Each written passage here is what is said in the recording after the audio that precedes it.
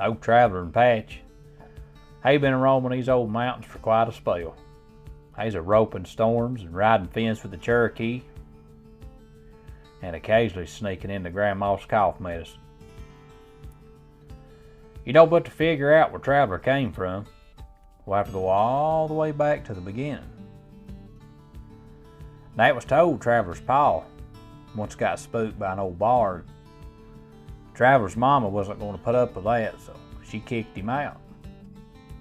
The Cherokee claimed they seen him flying past the moon, and he was never seen or heard of again. Now, on the evening Traveler was born, his mama was out hoeing corn, and a big old thunderstorm was coming through. They claimed she got struck by lightning, had Traveler, and finished hoeing corn that day. They said Traveler wasn't but a couple hours old. He crawled across the floor, climbed up on the hearth, and sat there waiting on supper.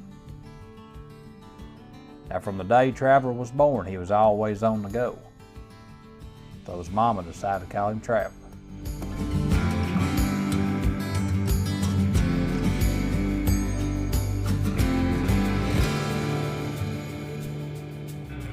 When Traveler was about 2 years old, he was off outside. He ran up on a big rattlesnake. He said he looked at that old rattlesnake. Young Traveler, he just wanted to be friends, but the rattlesnake weren't in too good of a mood that day, so he decided he'd just up and bite Traveler.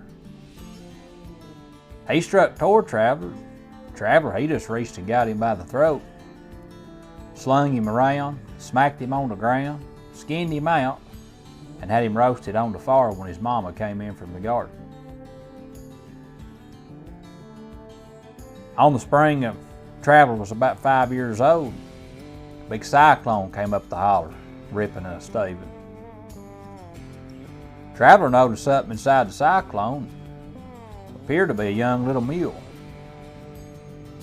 Traveler, he run out to the smokehouse, got him a length of rope. He twirled it around toward the storm. He got that little mule, and that became Traveler's closest companion. That little mule had that little white patch between his eyes, and Traveler named him Patch. Now, as time went by, Traveler and Patch, they grew up together.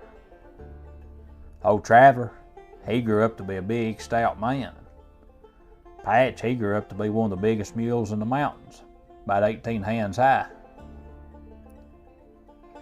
Now, Traveler and Patch, they skidded timber, helped folks around skid rails in for their fencing, plow a few gardens from time to time.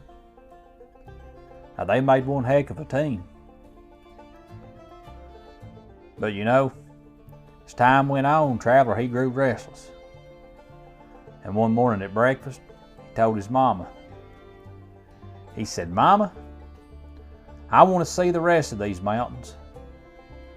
Me and old Patch will be back before next planting season, because I want to go beyond the mountains, see the flatland." His mama just kind of looked down toward the ground and never said much. She just rolled him up some biscuits in an old handkerchief. She said, "Don't you forget your way home, Traveler." He climbed up on old Patch. Down the mountains they went. He came up on this old Cherokee reservation, and they knowed Traveler was the son of the woman who sent her husband to the moon. And they just looked at Traveler as a great warrior and a man of peace.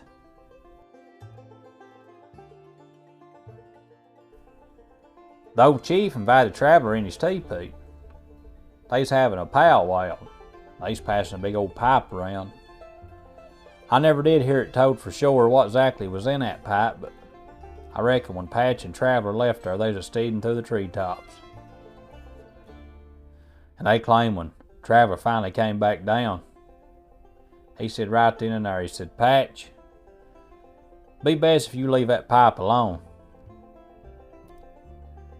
And as the days passed, Traveler and Patch's journey just got deeper and deeper into the mountains.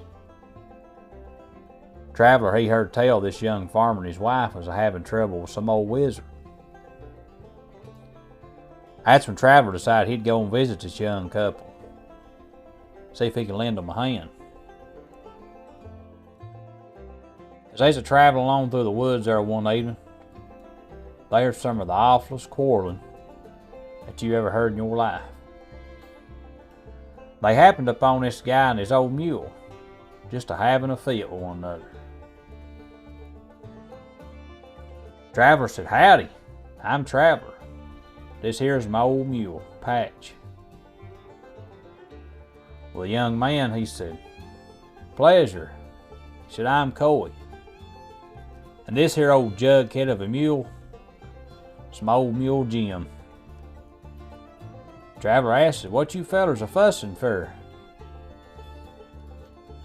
This old jughead here, he stole some nuts from a squirrel stash and he's been a holding out on me."